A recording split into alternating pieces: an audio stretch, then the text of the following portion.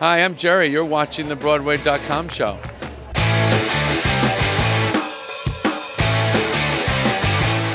Welcome to the Broadway.com show, your guide to everything happening this week on the Great White Way. Or as we like to think of it, the best thing to watch on your shiny new Broadway.com iPhone app. Besides A Day in the Life of Idina Menzel, which is also totally on there. Okay, it's news time. What's the buzz, Beth? 17 years after its premiere, cult musical favorite Sideshow is back on Broadway. Inspired by the true story of conjoined twins who became vaudeville entertainers, the musical has an unforgettable score and devoted following. I talked to the stars on opening night about why this show about freaks appeals to so many. Bill always says, Bill Condon, that this show wears its heart on its sleeve, and it rings true emotionally. Yeah. Everybody feels like they're lacking or not good enough or a freak in some way, and they identify with wanting to be accepted. Emmy winner Kelsey Grammer, Olivier winner Laura Michelle Kelly, and Carolee Carmelo will be flying second to the right and straight onto Broadway. The trio have joined Matthew Morrison in Finding Neverland. Both Laura and Carolee will be reprising their roles from the ART production this summer. We can't wait to see the new musical, directed by Diane Paulus and produced by Hollywood bigwig Harvey Weinstein, take flight on March 15, 2015 at the Lunt Fontanne Theatre. It's a bird, it's a plane, it's a Park Slope hipster? Brooklynite, a new superhero musical directed and co-written by Tony winner Michael Mayer, will have its world premiere at Off-Broadway's Vineyard Theatre. Based on characters created by Pulitzer Prize winner Michael Chabon and Ayelet Waldman, the musical tells the story of an idealistic young Brooklynite who fantasizes about becoming a superhero, and Brooklyn's most famous crusader who dreams of having a normal life. Starring Matt Doyle, Tony nominee Nick Cordero, Broadway.com Audience Choice Award winner Ann Harada, and more, Brooklynite will begin on January 29th, 2015. Dave, the 1993 film comedy about a regular Joe who has to stand in for the President of the U.S., is headed to the stage. Next to Normal and If Then composer Tom Kitt is joining forces with lyricist Nell Benjamin of Legally Blonde fame and three-time Tony-winning book writer Thomas Meehan for the project, which will be produced by Warner Brothers Theater Ventures. After a successful private reading on October 31st, the musical is being fast-tracked for a possible debut in late 2015. What happens when you combine the talents of Laura Benanti, Ramin Karimloo, and Joshua Henry into one star-studded evening? You get a freaking awesome concert version of Parade at Avery Fisher Hall this February. The stars will present a concert version of Jason Robert Brown's 1998 musical, backed by a choir of over 200 singers and the New York City Chamber Orchestra. This is one parade we are not going to miss. Hi, I'm Felicia Rashad, and you're watching the Broadway.com show. This week, Broadway.com and Culturalist are acting as agents for American Idol runner-up and Broadway alum Clay Aiken, who lost his bid to become a U.S. congressman.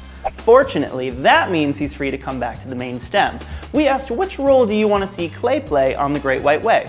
Broadway.com photo editor Caitlin McNaney kicked off the challenge and ranked Hedwig first, while I went with Frank Finger from It's Only a Play. Here is what you guys picked. Barryman in Beautiful, Hedwig in Hedwig and the Angry Inch, MC in Cabaret, Raoul in The Phantom of the Opera, Fiyero in Wicked, Billy Flynn in Chicago, Pippin in Pippin, Charlie in Kinky Boots, Marius in Les Miserables, and topping the list at number 1, Elder Price in The Book of Mormon. Check out this week's Culturalist Challenge on Broadway.com and check back for the results every Wednesday on the Broadway.com show. Hugh Jackman is back on the Great White Way, headlining The River. During the show, the Tony and Broadway.com Audience Choice Award winner actually prepares and cooks a fish on stage. So I asked the stars attending the show's opening night, what dish do you cook to impress people? Check out their answers in this week's Pop Poll. Sometimes I can whip up a little Northern Italian.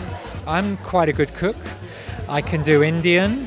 I can do a lovely roast dinner. I've been cooking the same meal over, it's very fitting, the same meal over and over again, which is a fish dish. I get on the phone and I order Chinese food. Does that count? I can do a bit of a spag bol, a bit of spaghetti bolognese. I'm not too bad at it. Crepe Suzette.